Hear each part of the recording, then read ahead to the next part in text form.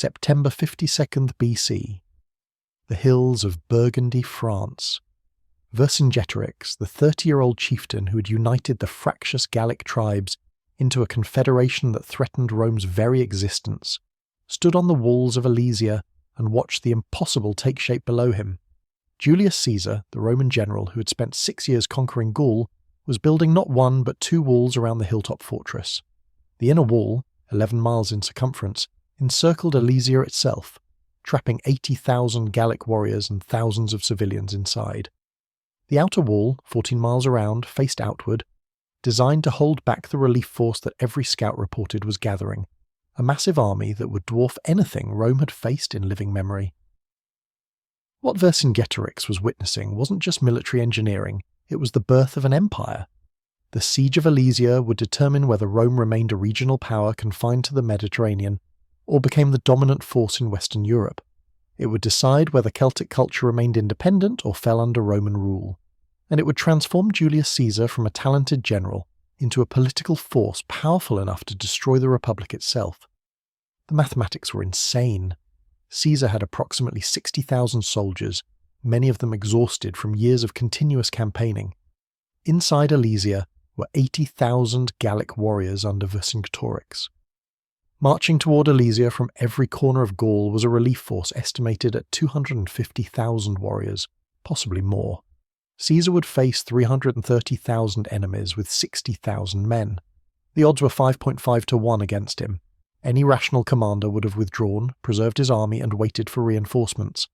Caesar doubled down and started digging. The story of how Rome conquered Gaul and how that conquest made the Roman Empire possible begins not at Alesia but 6 years earlier, in the spring of 58 BC, when an ambitious Roman politician named Gaius Julius Caesar arrived in Gaul with 4 legions and a mountain of debt. Caesar at 42 was a contradiction. Brilliant orator, ruthless politician, military commander with limited field experience, and a man who owed so much money that his creditors literally blocked him from leaving Rome until Marcus Licinius Crassus, the richest man in Rome, personally guaranteed his debts.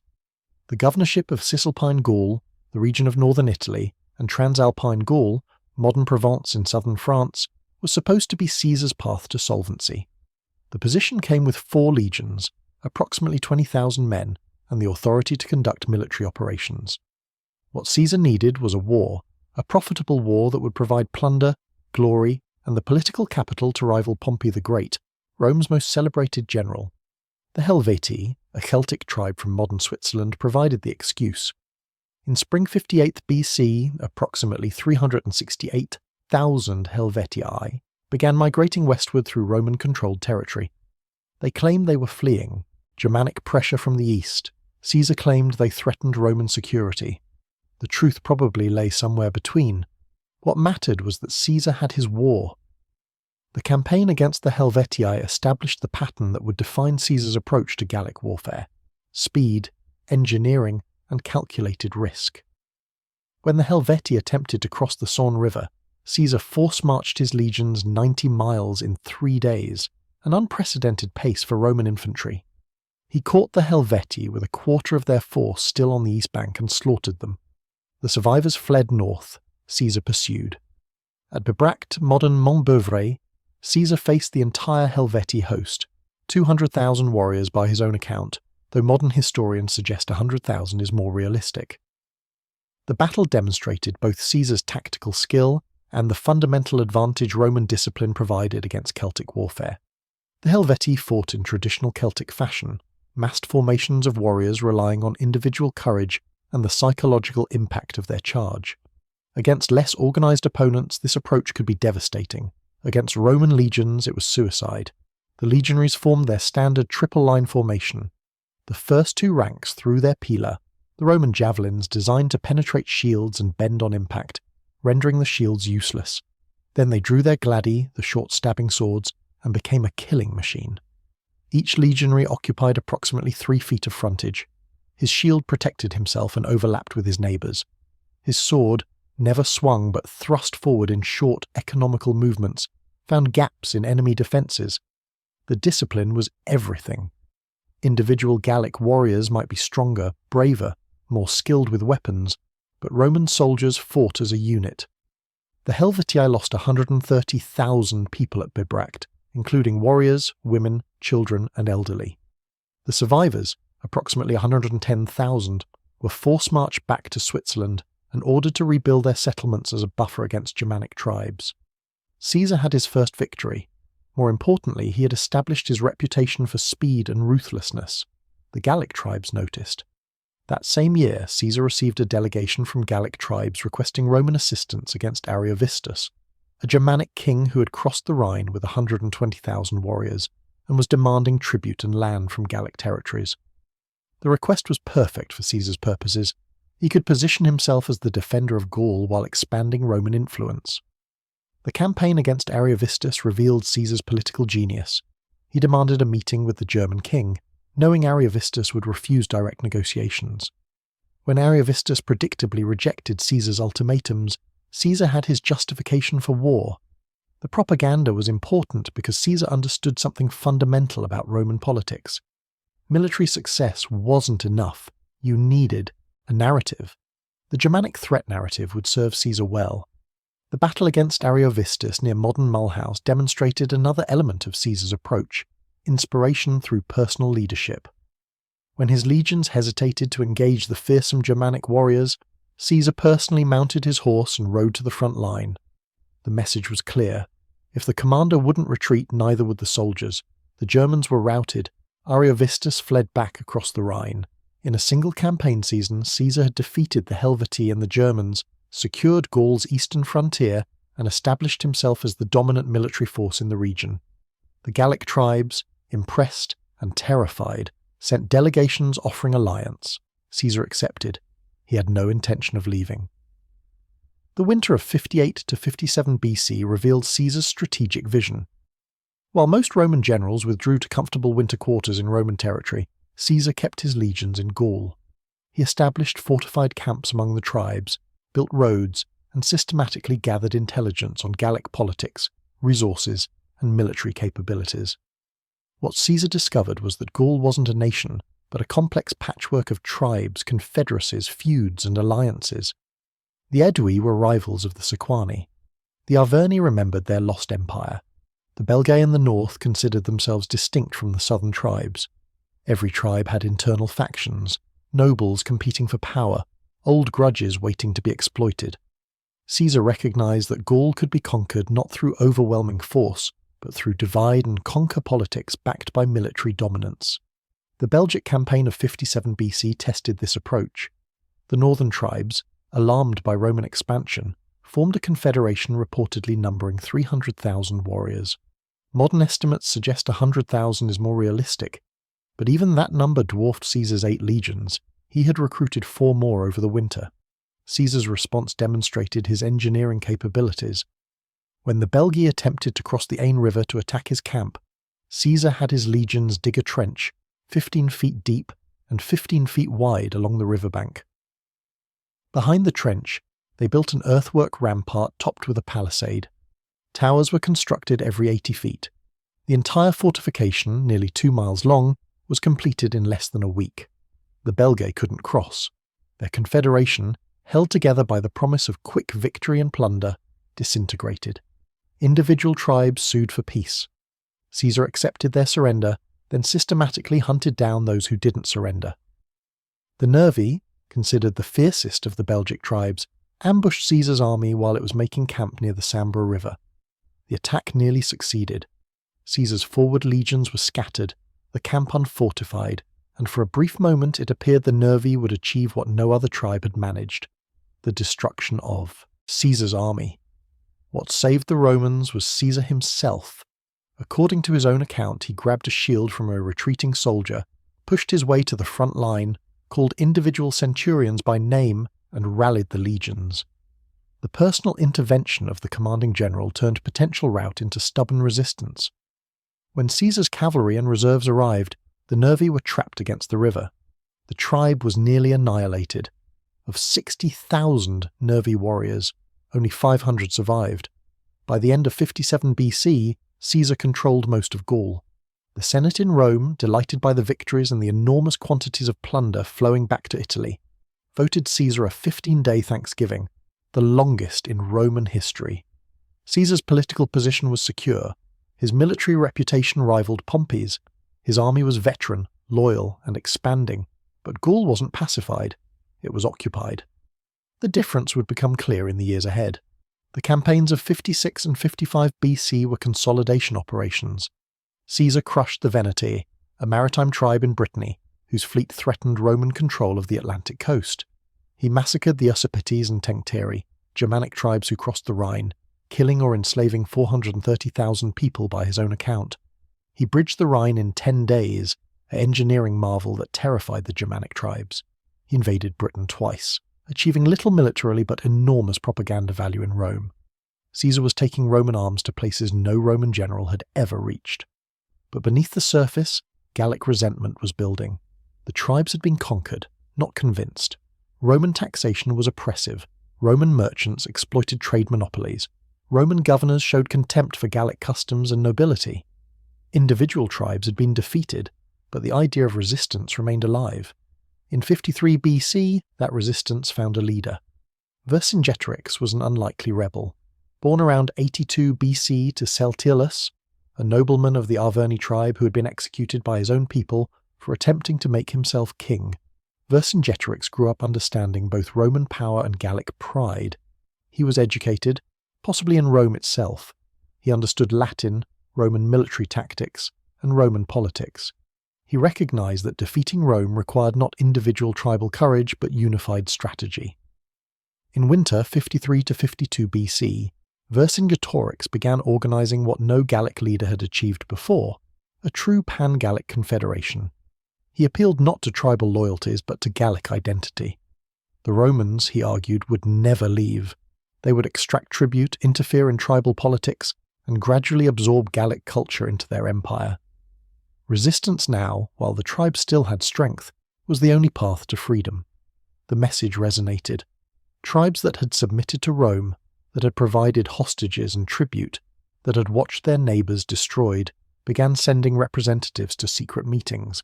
The Arverni, Caesar's nominal allies, formed the core of the confederation. The Carnites struck first. In January 56 BC, they massacred the Roman merchants and officials in Cenabum, modern Orleans. The signal was clear: open rebellion. Caesar was in Cisalpine Gaul when news arrived. His legions were scattered in winter quarters across Gaul. Any normal commander would have waited for spring, concentrated his forces, and then responded. Caesar force-marched through the Cevennes mountains in the dead of winter, crossing terrain the Gauls considered impassable in snow 6 feet deep. He burned several Arverni villages, forcing Vercingetorix to respond, then slipped away before the Gallic army could trap him. The winter campaign demonstrated Caesar's strategic genius. He couldn't defeat the Gallic Confederation in open battle, not yet, but he could keep them off balance, divide their forces, and prevent Vercingetorix from consolidating his position. The spring campaign of 52 BC became a chess match between two brilliant commanders. Vercingetorix implemented a scorched earth strategy. Rather than defending every settlement and allowing Caesar to defeat the Gauls piecemeal, Vercingetorix ordered villages and food stores burned. The strategy was brutal on the Gallic population but militarily sound. Caesar's army depended on foraging for supplies. Without food, the legions would starve or be forced to disperse. Caesar's response was to attack cities that refused to burn, both to secure supplies and to terrorize other settlements into surrender. At Avaricum, modern Bourges, Caesar besieged a city that Vercingetorix had wanted to burn but the inhabitants refused to destroy. The siege lasted 27 days. Caesar's legions built a siege ramp 330 feet long and 80 feet high, pushing it forward despite constant Gallic attacks. When the city fell, Caesar's soldiers, enraged by their losses and hardships, massacred the population. Of 40,000 inhabitants, only 800 escaped. The message was clear: resistance meant annihilation. But Avaricum was Caesar's only victory that spring. At Gergovia, the stronghold of the Arverni, Caesar suffered his first major defeat in Gaul. An attempted assault on the fortifications failed. Nearly 700 legionaries were killed, including 46 centurions. More devastating than the casualties was the psychological impact. Caesar was not invincible. Gallic tribes that had been wavering committed to Vercingetorix. The Aedui, Rome's oldest allies in Gaul, switched sides. Suddenly Caesar's position was precarious. His supply lines were threatened. His army was deep in hostile territory. Multiple Gallic armies were converging. For the first time in his Gallic campaigns, Caesar faced potential strategic defeat. Caesar's response was to consolidate his scattered legions and retreat toward the Roman province in the south. It was a calculated risk. Vercingetorix might interpret the retreat as weakness and attack. But Caesar was betting that the Gallic commander would choose a different strategy. Vercingetorix took the bait. Rather than allowing Caesar to escape and regroup, the Gallic leader decided to destroy the Roman army while it was vulnerable. He assembled his full force, approximately 80,000 warriors, and prepared to attack Caesar's marching column. The cavalry battle that followed near the Vinjan River was one of the largest mounted engagements in ancient history. Vercingetorix committed 15,000 cavalry, outnumbering Caesar's mounted force 3-1. The Gallic cavalry, considered the finest in Europe, should have swept the Romans aside. Instead, Caesar's Germanic auxiliary cavalry, recruited from tribes east of the Rhine, shattered the Gallic charge. The defeat was catastrophic for Vercingetorix. He lost not just the battle, but the strategic initiative. Caesar, instead of retreating, turned and pursued. Vercingetorix fell back to Alesia, a hilltop fortress of the Mandubi tribe. The position was naturally strong, situated on Mont Auxois, a plateau 500 feet above the surrounding valleys. Two rivers, the Ouse and the Ozeren, protected the eastern and western approaches. The northern and southern sides featured steep cliffs. For a defender, it was ideal terrain. Vercingetorix moved his army into Alesia, sent messengers to every tribe in Gaul calling for a relief force, and prepared for siege. He calculated that Caesar would either attempt a direct assault, which would fail given the fortifications, or settle in for a lengthy blockade. Either way, when the relief army arrived, Caesar would be trapped between two Gallic forces. What Vercingetorix didn't anticipate was that Caesar would build fortifications so extensive they would trap both the defenders inside Alesia and hold off the relief force outside. The engineering project Caesar initiated in late August 50 BC was unprecedented in military history. He ordered his legions to build a continuous fortification completely encircling Alesia. The inner wall, the circumvallation, would prevent Vercingetorix from breaking out. The outer wall, the contravallation, would protect against the relief army. Each wall would include ditches, ramparts, towers, and elaborate obstacle systems designed to break up attacking formations. The legionaries, who were soldiers but also engineers, began excavating. The inner line was traced first, 11 miles in circumference, following the contours of the valleys and hills surrounding Mont Auxois. The outer line would be even longer, 14 miles, positioned to take advantage of natural defensive terrain. The basic fortification design was standardized across Roman military engineering, but adapted for the specific challenges of Alesia. First, 2 trenches were dug, each 15 feet wide and 15 feet deep. The inner trench was flooded with water diverted from the nearby rivers, creating a water obstacle 15 feet across. Behind the trenches, an earthwork rampart was constructed, 12 feet high, topped with a wooden palisade that added another 6 feet of height. The wall face was vertical, impossible to scale without ladders. Every 80 feet, wooden towers rose another 10 feet above the rampart, providing elevated platforms for artillery and archers. But Caesar added innovations specifically designed to break up infantry assaults. In front of the ditches, his engineers dug 5 rows of parallel trenches, each 3 feet deep, arranged in a checkerboard pattern. These were filled with sharpened stakes angled toward the enemy. The Romans called them chipi. Attackers would have to pick their way through the obstacles, breaking formation and exposing themselves to missile fire. Closer to the main ditch, the legionaries installed lilies. These were conical pits 3 feet deep with sharpened stakes at the bottom, concealed with brush. An attacker stepping on the apparently solid ground would plunge onto the stake, suffering crippling injury. Finally, immediately in front of the main ditch, stimuli were embedded in the ground. These were iron spikes attached to wooden blocks, half buried and nearly invisible. They were designed to impale feet and legs. The fortification system created a killing zone 120 feet deep in front of the main rampart. Any attacking force would have to cross water obstacles, navigate concealed pits and spikes, all while under fire from the towers. The defenders inside Alesia watched the construction with growing alarm. Vercingetorix had assumed Caesar would blockade the roads and wait, Instead, the Romans were building a prison with no escape. The Gallic commander faced an immediate crisis. His army of 80,000 warriors plus thousands of civilians consumed enormous quantities of food. The supplies Alesia had stored for its normal population of perhaps 5,000 would last weeks, not months. Vercingetorix made the brutal calculation that would define the siege. He ordered all civilians expelled from the city. Approximately 20,000 men, women, children, and elderly were forced outside the walls, presumably to pass through Roman lines and reduce the number of mouths to feed. Caesar faced his own brutal decision. If he allowed the refugees through, they would spread word of Alesia's situation and possibly join the relief army. If he fed them, he would deplete his own supplies. If he killed them, he would demonstrate the cost of resistance. Caesar chose the cruelest option. He refused to let them pass. The refugees were trapped between the city walls and the Roman fortifications, unable to return to Alesia and unable to reach safety. They slowly starved in the no-man's land between the armies. The construction continued. 60,000 legionaries working in shifts excavated over 2 million cubic feet of earth. They cut and shaped hundreds of thousands of wooden stakes. They transported timber from forest miles away. They installed artillery pieces, ballistae that fired bolt projectiles, and onagers that hurled stones. The entire circumvallation and contravallation were completed in approximately 3 weeks. By mid-September, Caesar's walls were finished. Alesia was sealed. The relief army was marching. Now came the waiting. The relief force that assembled at Bibracte in September 50 of BC was the largest Celtic army ever gathered. Representatives from nearly every tribe in Gaul arrived with their warriors. The final count, according to Caesar's commentaries, was 8,000 cavalry and 250,000 infantry. Modern historians debate these numbers. Some suggest half that figure is more realistic. But even 125,000 warriors represented an enormous force, more than twice Caesar's army.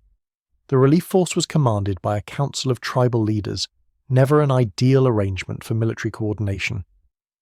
But they had numbers and motivation. They understood that if Vercingetorix fell, organised resistance would collapse. This was Gaul's last chance. The army marched toward Alesia in late September. Caesar's scouts reported their approach days before they arrived. The legions prepared. Extra artillery was positioned on the outer rampart. Supplies were inventoried. Every tower was manned. Every obstacle was checked. When the relief army appeared on the hills west of Alesia on September 29th, Vercingetorix's warriors on Mont Auxois erupted in cheering. From their elevated position, they could see the enormous host spreading across the landscape. Salvation had arrived. The Gauls inside Alesia, who had been on half rations for weeks, prepared for breakout.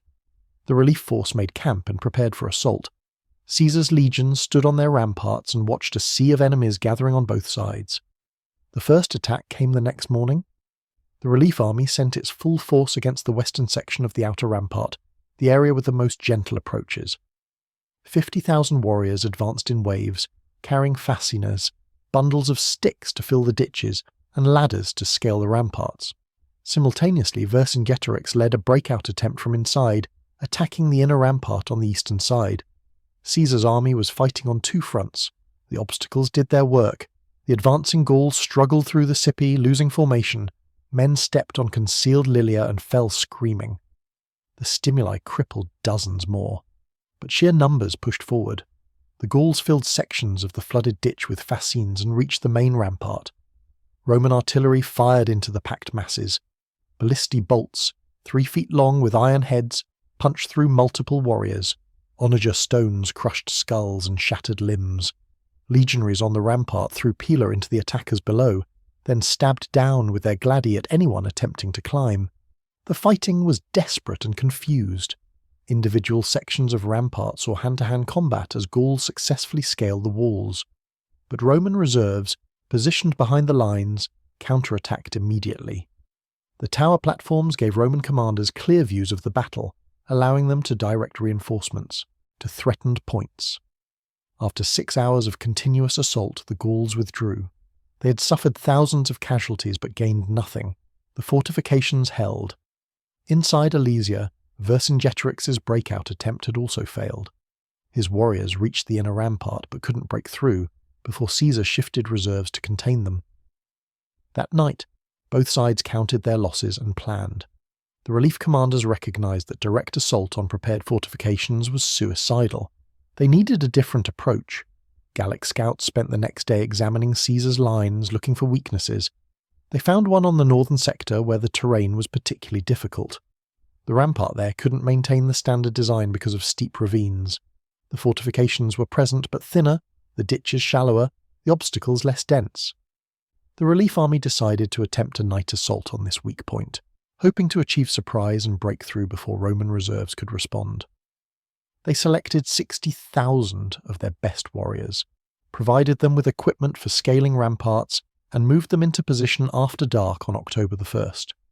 The attack began at midnight. The Gauls advanced silently until they reached the obstacles, then raised their war cry and charged.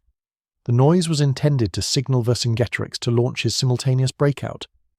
The Roman garrison on the northern rampart, approximately 2,000 legionaries, found themselves facing an attack by 30 times their number in darkness. The confusion was immediate. Gauls poured through the obstacles, reached the ditch, began crossing. Sections of the rampart were overrun. For the first time since the siege began, Caesar's fortifications were genuinely breached. Caesar, commanding from a position where he could observe the entire battlefield, recognized the crisis. He dispatched Labienus, his senior legate, with 6 cohorts, approximately 3,000 men, to reinforce the northern sector. But even these reinforcements might not be enough. The Gauls were across the ditch. Fighting on the rampart was hand to hand. Dawn was approaching, and with light, the relief army would be able to see the breach and pour in additional forces. Caesar made the decision that would save his army and win the siege. He personally led a cavalry force of 13 cohorts, roughly 6,000 men, out through a rear gate, circled around the outside of his own fortifications, and attacked the relief army from behind. The tactic was insanely risky. Caesar was taking a significant portion of his remaining reserves outside his fortifications and exposing them to the entire Gallic army. If the Gauls could contain or destroy this force, the siege was lost. But Caesar understood psychology. The relief army warriors assaulting the northern rampart believed they were winning. They were focused on the fortifications ahead, pushing through the obstacles, climbing the walls. They weren't expecting an attack from behind. When Roman cavalry smashed into their rear, the effect was devastating. The Gallic formation disintegrated. Warriors who moments before had been pressing forward in confidence suddenly found themselves surrounded. Panic spread. Caesar's red cloak, visible to both armies, rallied his legions.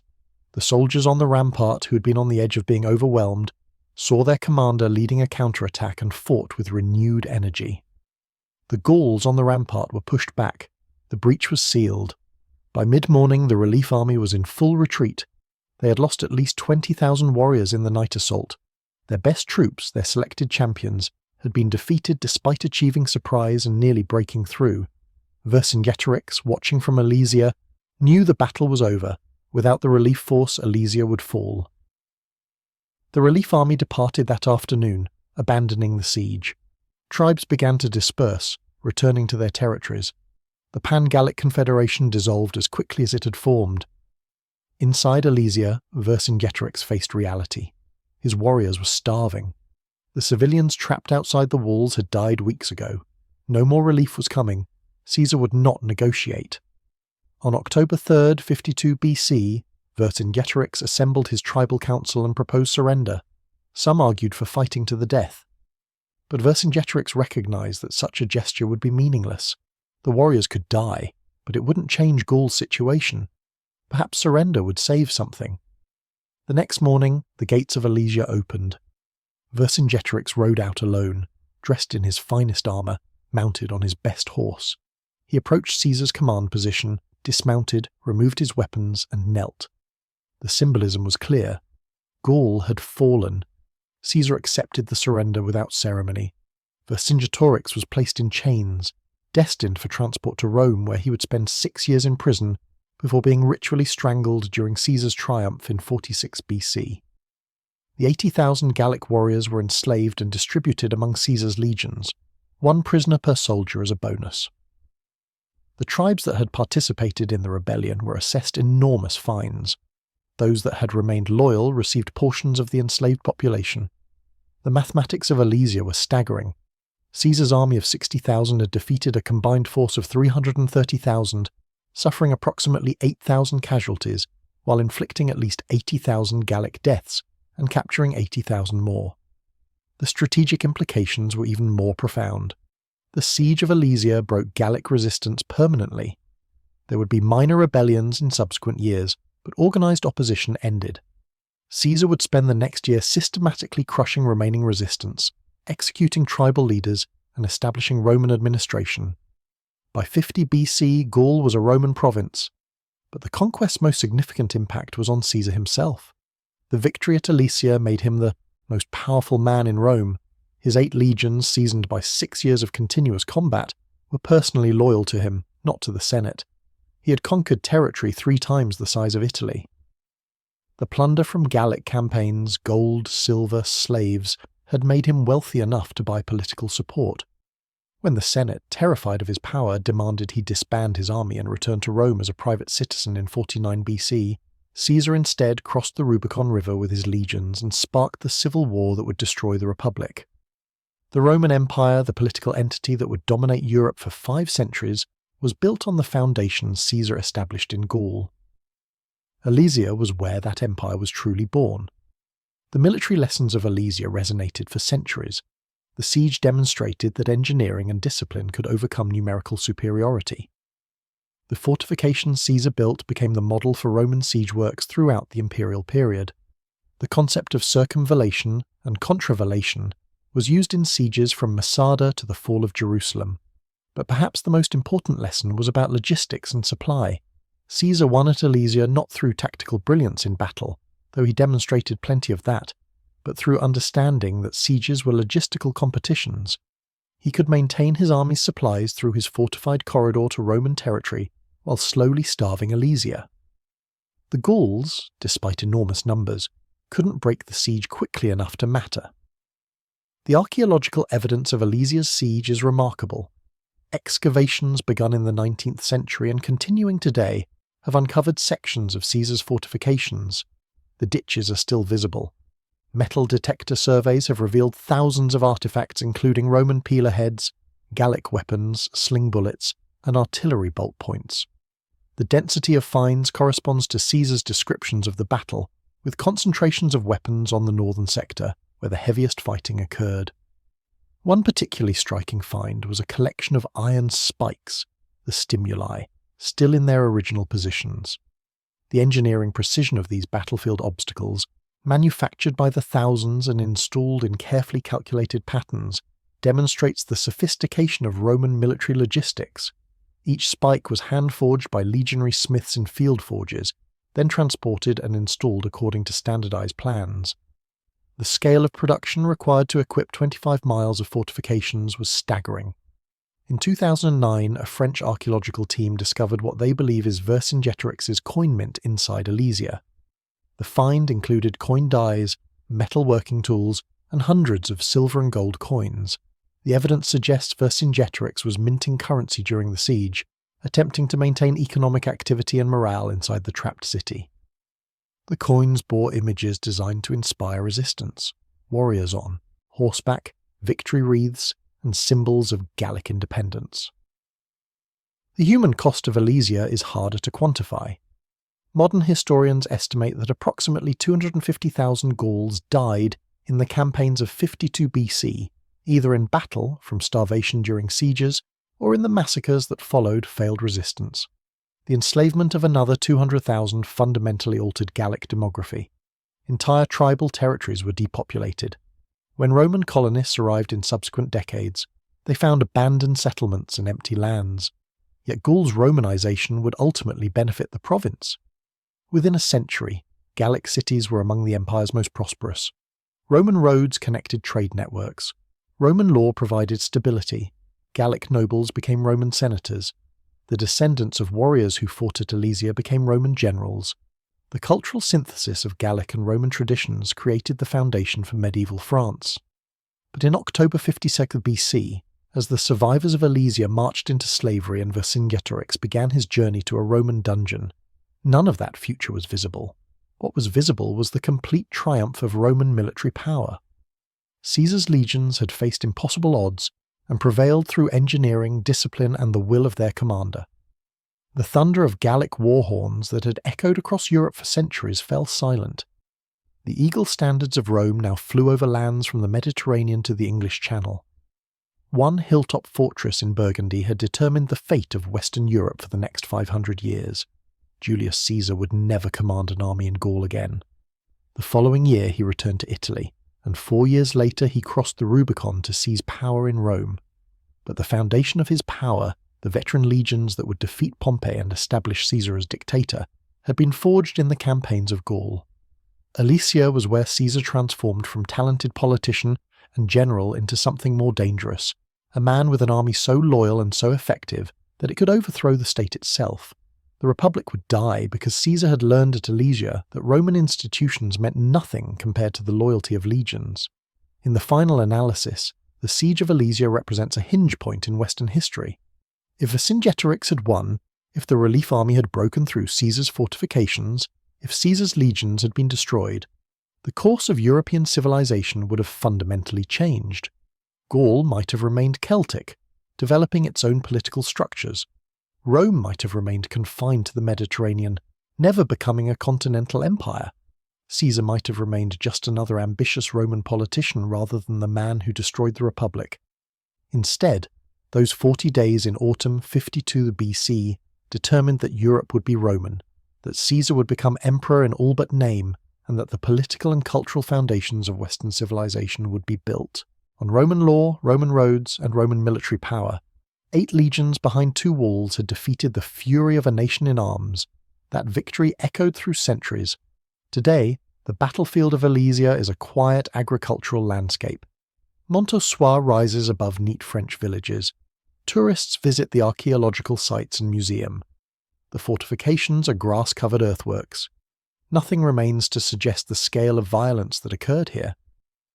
But if you stand on the heights where Vercingetorix watched Caesar's impossible walls take shape, and you look across the valleys where 330,000 warriors gathered to break the siege, and you imagine 60,000 legionaries facing that overwhelming tide, the achievement becomes clear.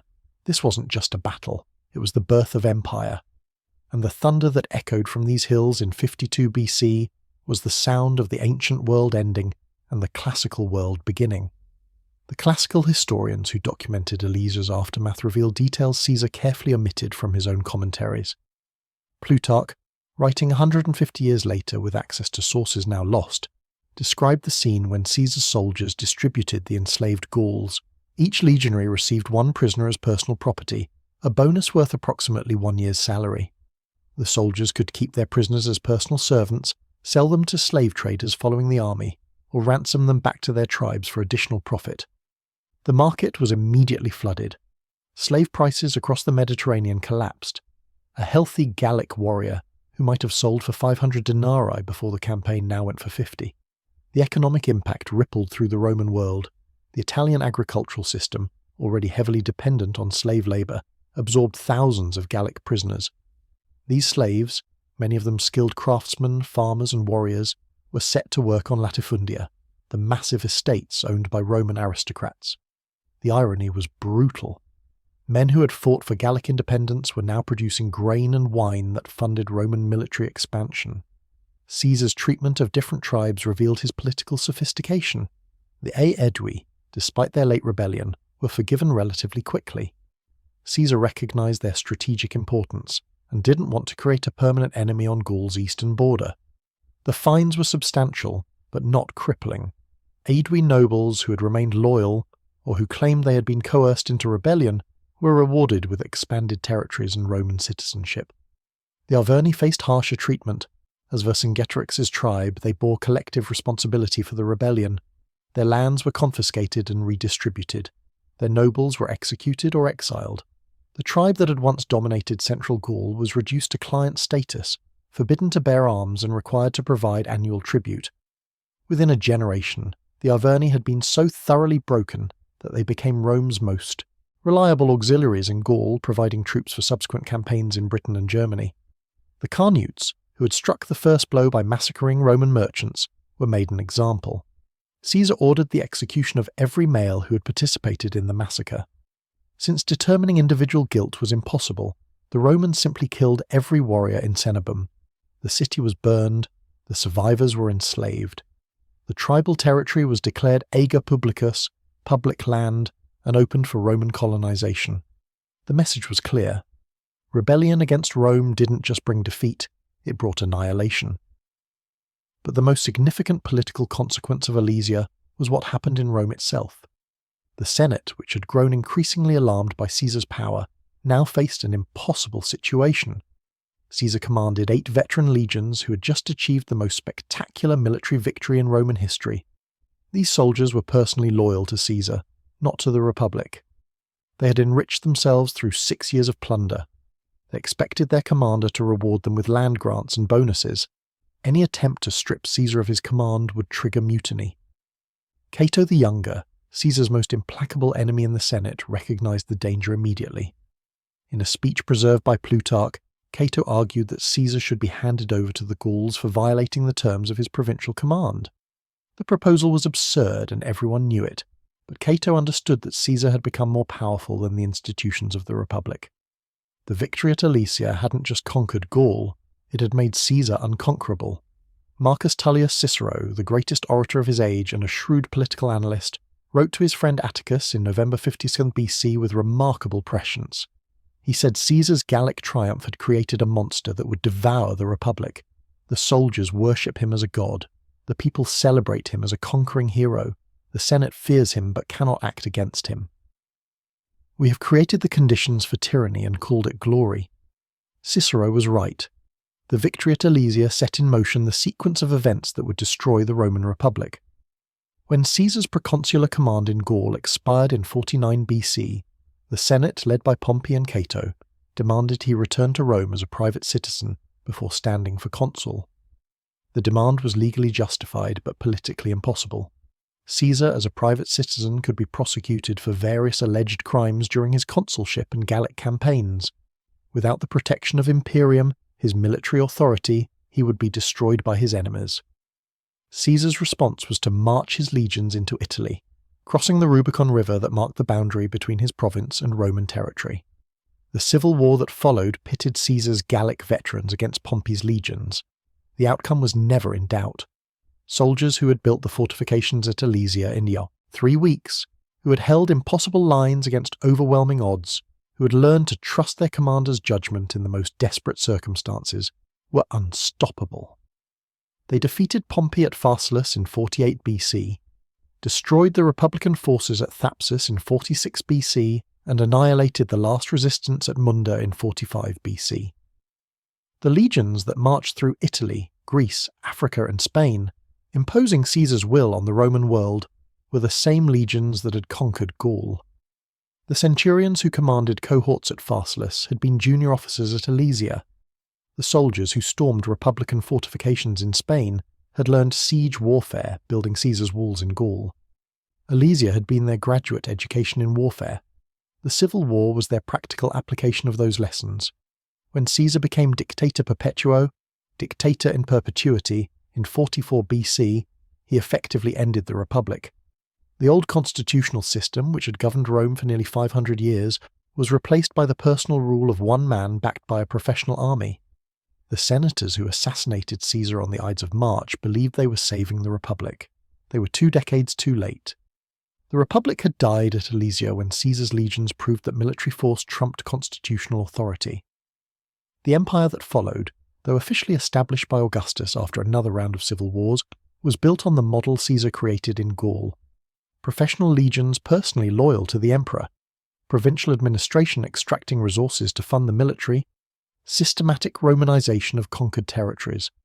The entire imperial system Caesar's successors inherited had been tested and refined during the Gallic campaigns. The military innovations developed at Alesia became standard practice. Roman armies facing sieges for the next 400 years used circumvallation and contravallation. The obstacle system Caesar's engineers designed, the Scipi, Lilia, and Stimuli, appeared in siege works from Britain to Mesopotamia.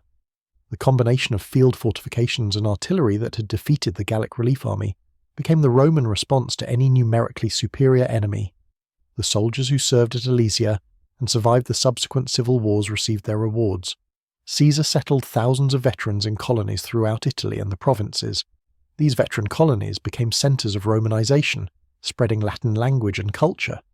A legionary who had fought at Alesia might retire to a colony in Spain or North Africa, bringing with him stories of the Great Siege, knowledge of Roman military techniques, and loyalty to Caesar's political legacy.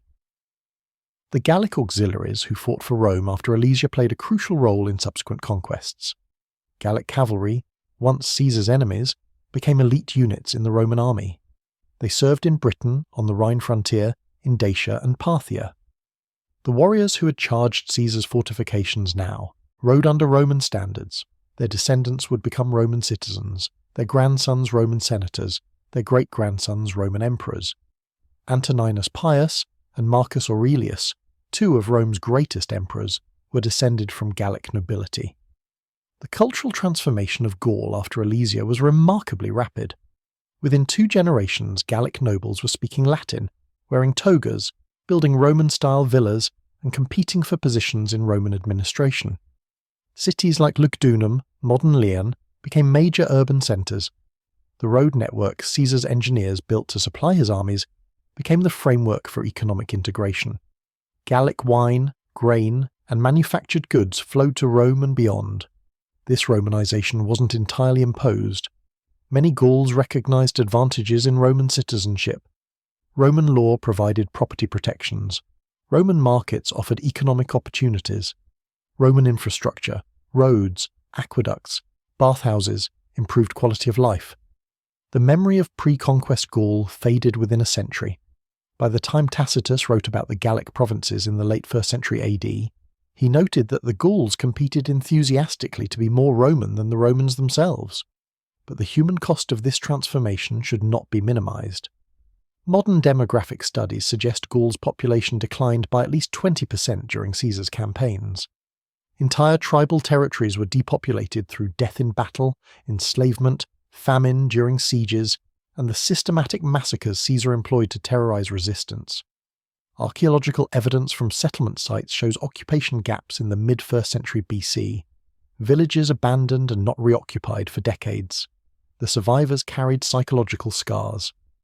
Gallic literature and oral traditions from the pre-Roman period vanished almost completely. The Druids, the priestly class who maintained Gallic cultural memory, were systematically suppressed. Their sacred groves were cut down. Their teachings, transmitted orally and never written, died with them. Within 2 generations of Alesia, Gauls had largely forgotten their own history, replacing it with Roman narratives that justified the conquest as bringing civilization to barbarians. The few Gallic voices that survived tell a different story. Strabo, the Greek geographer writing in the Augustan period, interviewed Gallic informants who remembered the conquest. They described Rome's arrival not as liberation but as catastrophe. One elderly Gaul told Strabo that before Caesar, the tribes had been wealthy, their nobles owning vast herds and controlling profitable trade routes. After Caesar, they were tenants on their own land, paying tribute to Roman administrators, watching their children learn Latin and forget the old language. Yet even these critical voices acknowledged Roman achievements. The roads were superior to anything Gauls had built. The aqueducts brought clean water to cities. The legal system, for all its favoritism toward Romans, was more predictable than the tribal councils of old. Roman military protection, once the initial conquest was complete, provided security against Germanic raids that had plagued Gaul for generations. The Pax Romana, Roman peace, was built on violence, but it was still peace. The strategic significance of Gaul's conquest extended far beyond the territory itself. Control of Gaul gave Rome access to Britain, which Caesar had invaded twice during his campaigns, and which Claudius would conquer permanently a century later. It provided a buffer against Germanic tribes who would otherwise have raided Italy directly. It connected the Mediterranean world with the Atlantic, enabling trade routes that brought British tin, Baltic amber, and northern furs to Roman markets. The economic integration created by the conquest transformed the Roman economy. Before Gaul, Rome's wealth came primarily from the Mediterranean basin, Egypt's grain, Spain's silver, Africa's olive oil. After Gaul, Rome had access to northern Europe's resources. Gallic gold, which had funded Vercingetorix's confederation, now flowed to Rome. Gallic iron, mined in enormous quantities, supplied Roman armories. Gallic grain fed Roman armies on the Rhine and Danube frontiers. The military frontier that stabilized along the Rhine after Alesia became one of the empire's most important defensive lines.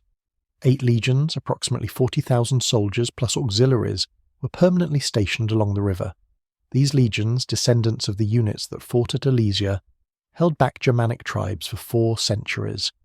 The camps they established, Colonia Agrippina, modern Cologne, Moguntiacum, modern Mainz, Argentoratum, modern Strasbourg, became major cities. The Rhine frontier stability allowed Romanization to proceed in Gaul's interior without constant military threat. Unlike Britain, where Roman control never extended beyond the lowlands, or Dacia, which Rome would eventually abandon, Gaul became so thoroughly Roman that barbarian invasions centuries later couldn't completely erase Roman influence. The French language, derived from Latin, the legal traditions based on Roman law, the urban centres founded as Roman colonies, all trace back to Caesar's conquest. The personality cult that developed around Caesar after Alesia played a crucial role in creating the imperial system. Roman soldiers had always respected successful generals, but Caesar inspired something closer to worship. His soldiers believed he was invincible, protected by the gods, destined for greatness. This belief, carefully cultivated by Caesar through his personal courage, his generosity with plunder, and his ability to appear at critical moments in battle, made the legions extensions of his will. The Commentari de Bello Gallico, Caesar's own account of the Gallic Wars, was one of the most successful propaganda works in history. Written in clear, straightforward Latin and distributed widely in Rome, the commentaries presented Caesar as the hero of every engagement, always outnumbered, always prevailing through skill and courage. Modern historians note Caesar's systematic downplaying of subordinates' contributions and exaggeration of enemy numbers. But as propaganda, the work was brilliant.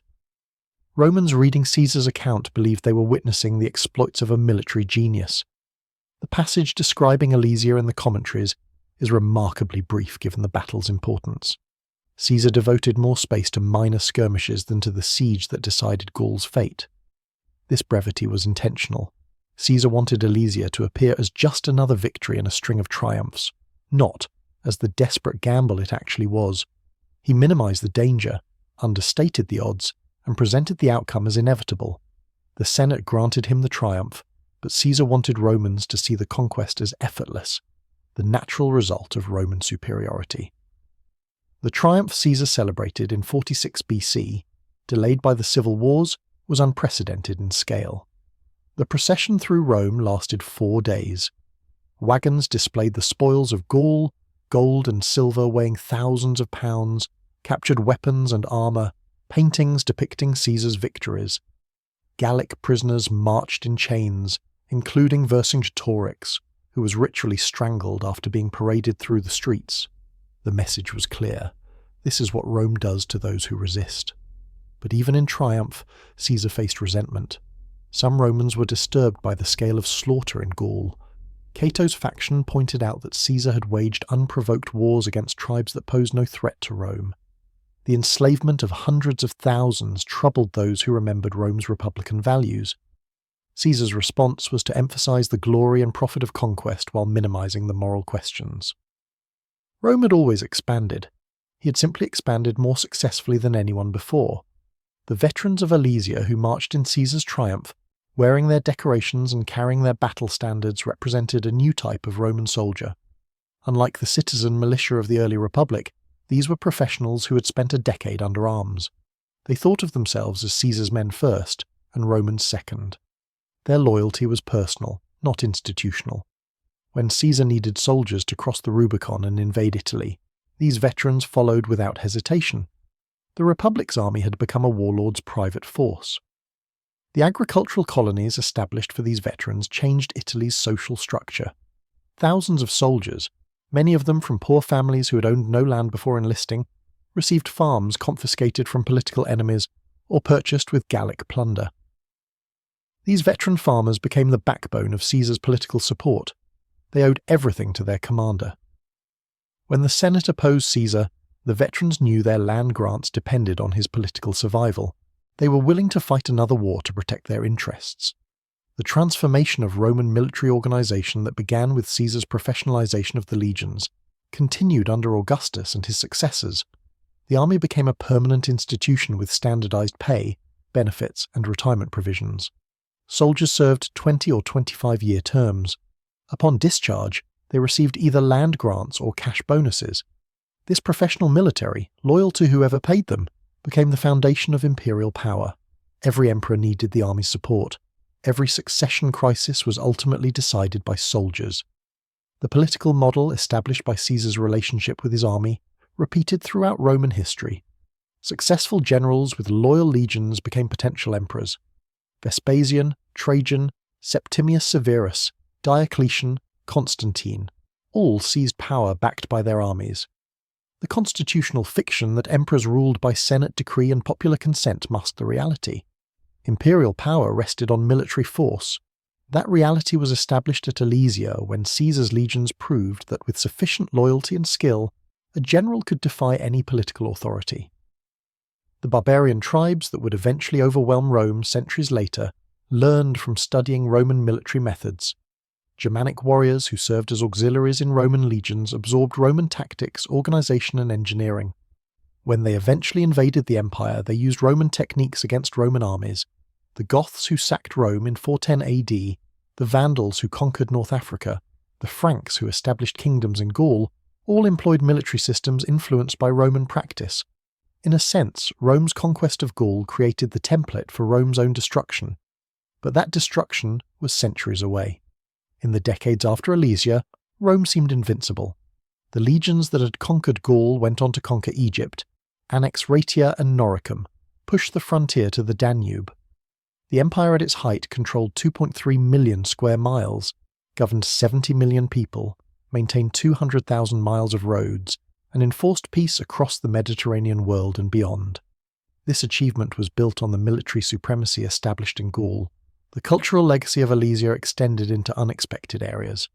The siege became a case study in military academies for 2 millennia. Napoleon studied Caesar's campaign, noting the importance of interior lines and the psychological advantage of fortifications. Von Moltke analysed the coordination of multiple forces during the relief army's assault. Patton read Caesar's commentaries before the Normandy invasion. The lessons of Alesia, how engineering multiplies combat power, how morale matters as much as numbers, how decisive leadership at critical moments changes outcomes, remained relevant across centuries of military evolution. The archaeological investigation of Alesia, beginning seriously in the 19th century when Napoleon III funded excavations, provided physical evidence for Caesar's account. The ditches, ramparts, and obstacle systems were precisely where Caesar described them. The scale matched his descriptions. The artifacts confirmed the intensity of combat. For historians, this physical evidence validated the commentaries as generally reliable historical sources, though obviously biased towards Caesar's perspective. Modern excavations using technologies unavailable to 19th century archaeologists have revealed new details. Geomagnetic surveys have traced the complete circuit of both walls. Metal detector surveys have mapped the distribution of artifacts, showing concentration patterns that indicate specific battle locations. Analysis of weapon types has revealed which Gallic tribes fought in different sectors. The archaeological record confirms Caesar's account while adding depth and nuance. One particularly fascinating find from recent excavations was a mass grave containing approximately 150 individuals, a mixture of Gallic warriors and Roman legionaries buried together. The wounds on the skeletons told the story of close-quarters combat. Sword cuts to skulls, spear punctures in ribs, severed limbs. These were men who died fighting hand-to-hand on the ramparts. The Romans and Gauls who killed each other ended up in the same grave, a poignant reminder that for the soldiers involved, ideology mattered less than survival. The battlefield tourism that developed around Alesia in the 19th and 20th centuries turned the site into a monument to French resistance against foreign invasion. The massive statue of Vercingetorix erected by Napoleon III presents the Gallic leader as a heroic defender of national freedom. The interpretation deliberately emphasized Gallic courage, while downplaying Roman military superiority. For French nationalists, particularly after the defeats of 1870 and 1940, Vercingetorix represented the spirit of resistance even in hopeless circumstances. This nationalist interpretation, though historically questionable, served important cultural functions. The idea of Gallic France resisting Roman Italy provided a foundational myth for French national identity. School children learned that their ancestors fought bravely against overwhelming odds. The fact that those ancestors lost and that France's language, law and culture were fundamentally Roman complicated the narrative, but the image of Vercingetorix making his last stand at Alesia resonated emotionally in ways more nuanced historical analysis could not. The reality is that Alesia represented not the triumph of nationalism, but its impossibility in the ancient world. Vercingetorix attempted to create Gallic unity, but the tribes never fully transcended their local identities. They fought for their specific territories, their particular grievances, their individual leaders. The concept of Gaul as a nation was more Roman than Gallic. Caesar referred to the region as Gaul and treated it as a unified conquest. The Gauls themselves thought of their lands as collections of tribal territories. Ironically, Roman conquest created the unity Vercingetorix had tried to forge through resistance. The lessons of Alesia for military history are numerous, but perhaps the most important is the relationship between logistics and strategy. Caesar won not by being a better tactician than Vercingetorix, though he was, but by understanding that sieges are logistical competitions. His fortifications maintained his supply line while cutting off the enemies. His engineering created force multipliers that allowed 60,000 men to hold against 330,000.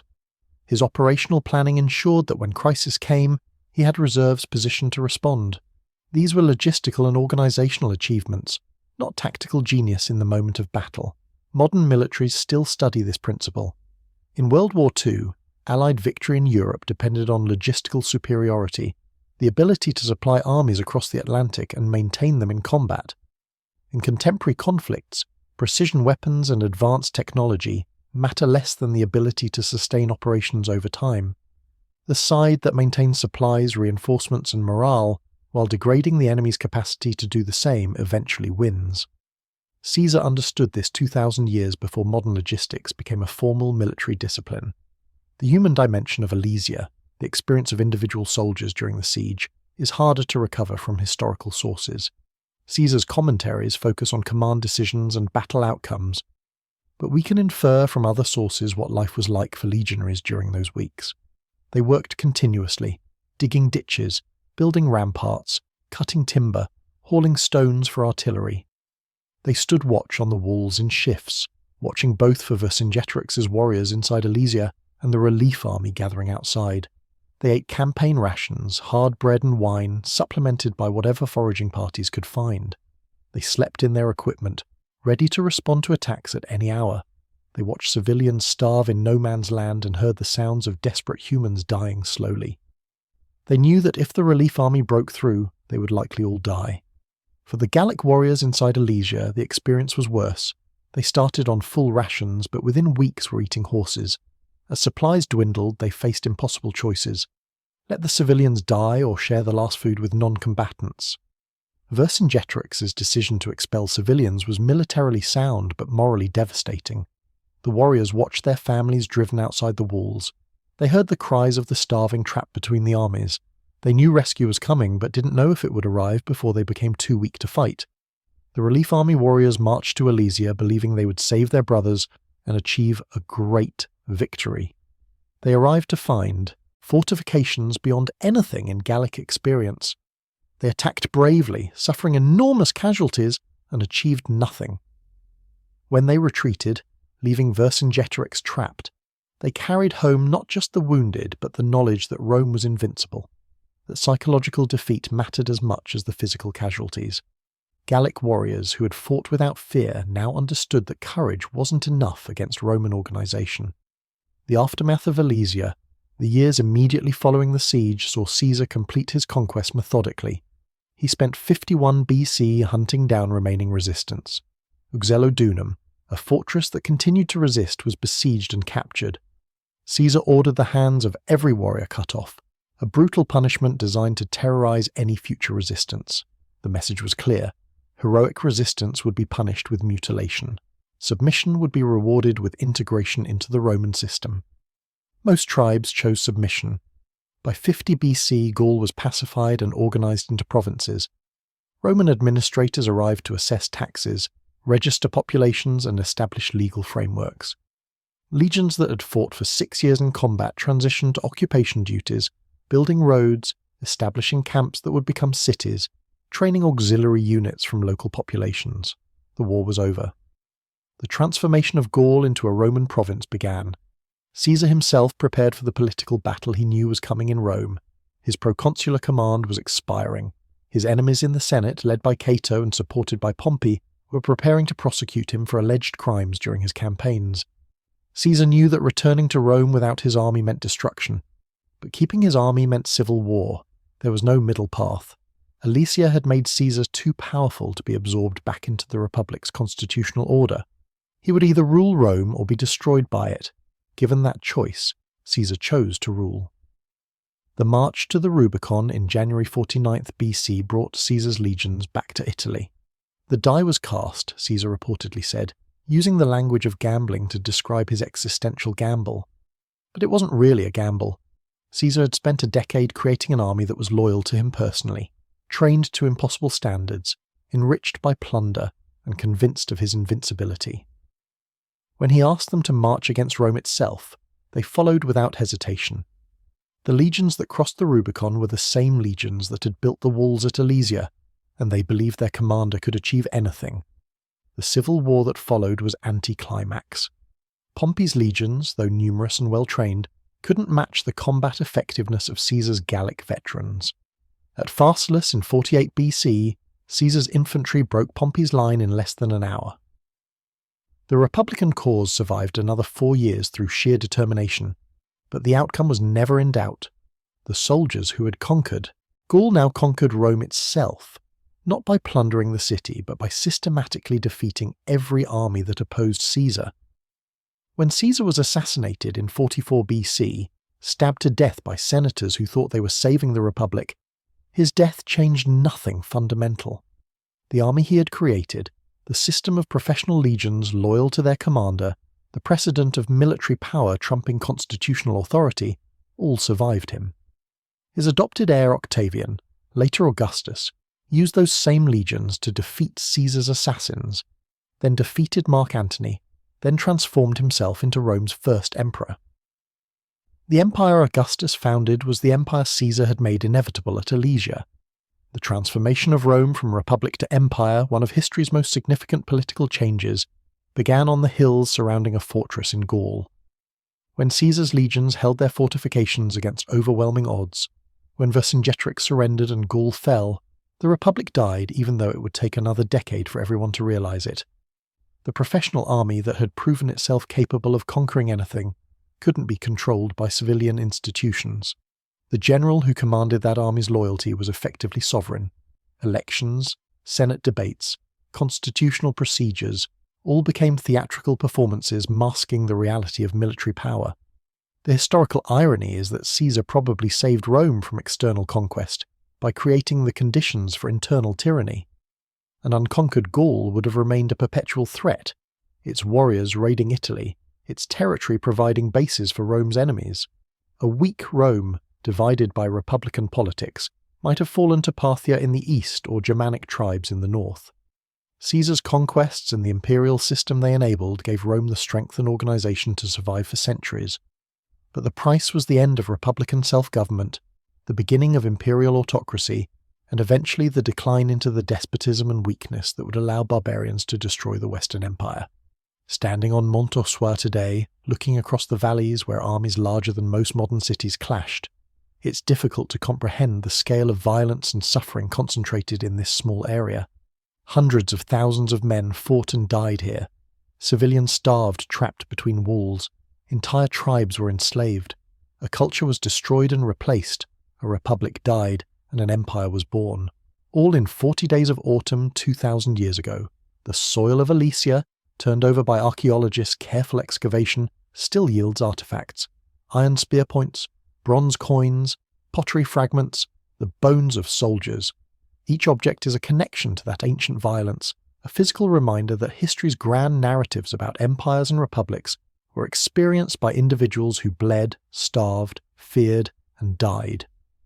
The statistics of Alesia, the numbers killed, enslaved, conquered, enslaved, reduce human tragedy to accounting. But each number represented someone's father, son, brother, husband, friend.